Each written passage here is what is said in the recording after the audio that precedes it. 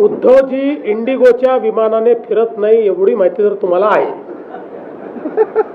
ते ज्या विमानाने फिरतात त्या विमानाला कुठलीही अडचण नाही, ते नीट येऊ शकतं.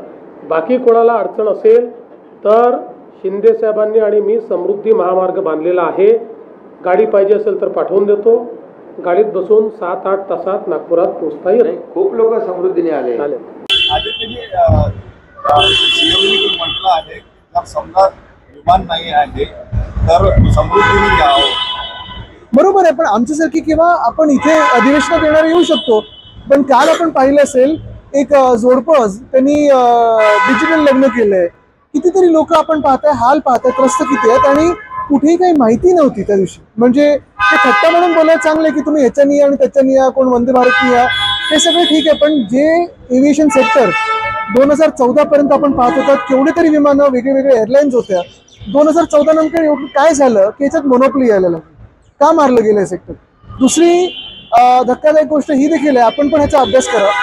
अनेक आपल्या देशात जे नवीन एअरपोर्ट्स उडानमध्ये बनवलेले आहेत, ते एअरपोर्ट्स त्याच्यावर हजारो कोटीचा खर्च झालाय आणि आता बंद आहेत. कामगार सेनेचा वाद मोठा उफाळलेला आहे. बैठक सुद्धा घेतली उद्धवजी साहेबांनी. कसं पाहता हा वाद पुढे हळूहळू वाढत जाणार? माझी इच्छा आहे की हा वाद वाढू नये. पण जर भाजपने राडा करण्याचा प्रयत्न केला, कुठेही वातावरण खराब करण्याचा प्रयत्न केला तर त्याला उत्तर दिलं जाईल. ह्याच्यात एक आपण टॅक्टिक पहा. भाजप असं करतं, मुंबईत आता 2 पंचतारिका हॉटेलमध्ये केलेलं आहे. पहिली गोष्ट म्हणजे पोलीस बंदोबस्त लावतं आणि त्यांच्या मागून SRPFच्या मागून लपून हे भाजपची काही टोळी येते आणि स्वतःचा बोर्ड लावण्याचा प्रयत्न करते.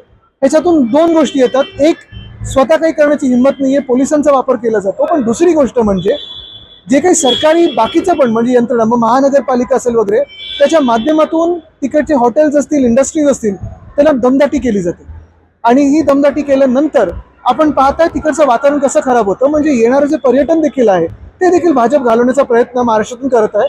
जसे उद्योग गुजरातला पळवले तसं पर्यटन देखील पळवण्याचा प्रयत्न आहे. उद्धव साहेबांना असे म्हटलं तर विरोधी पक्ष नेता नसेल तर उपमुख्यमंत्री नसावं. तर त्यांनी म्हटलंय की तुमच्याकडे संख्याबळ जुळत नाही, त्यासाठी तुम्ही काम करा, आमच्या रडत बसण्यापेक्षा. नाही, पण तुमच्याकडे संख्याबळ आहे ना, मग तुम्ही 2 बोगस पदं कशाला निर्माण केलेत? संख्याबळ तुमच्याकडे तर चांगलंच आहे. निवडणूक आयोगाने एवढं संख्याबळ दिलेलं आहे, मग तुम्ही ही खोटी पदं का निर्माण केली? सर, हिंदी में जानना चाहेंगे आपके मित्र पक्ष जी एक ये पूरा नतीजे फिर आता हूँ. विरोधी पक्ष नेता नाही आहे. दुसरीकडे विरोधकांना यावेळेस बंगले सुद्धा दिले गेलेले नाही आहे. त्यामुळे भास्कर जाधवांनी असे म्हटलं की आम्ही रस्त्यावर प्रेस कॉन्फरन्स घ्यायचं. म्हणजे हे सगळं जे वातावरण बघा, तुम्हाला सांगतो ह्याच्यातून जो सत्ताधारी पक्ष आहे भाजप आणि त्यांचे जे 2 मित्र पक्ष आहेत म्हणजे अॅनाकोंडा आणि 2 विषारी साप, ह्यांची वृत्ती ही कळते की सगळं काही ढापायचं, सगळं काही हडपायचं आणि स्वतःकडे ठेवायचं. को एक्झिस्टन्स हा त्यांच्यामध्ये प्रकारच नाहीये. आणि आम्ही कशासाठी भांडतोय? आम्ही पदांसाठी भांडतच नाही होत. आपण पहा, लोकशाहीमध्ये जे पद असायला पाहिजे ते नाही ठेवत आणि 2 खोटी पदं निर्माण केली. चला, त्याच्यासाठी पण आम्ही भांडत नाही होत. पण जे आम्ही सतत मागे लागलोय की कर्जमुक्ती द्या, कर्जमुक्ती द्या, ते तरी द्या ना तुम्ही.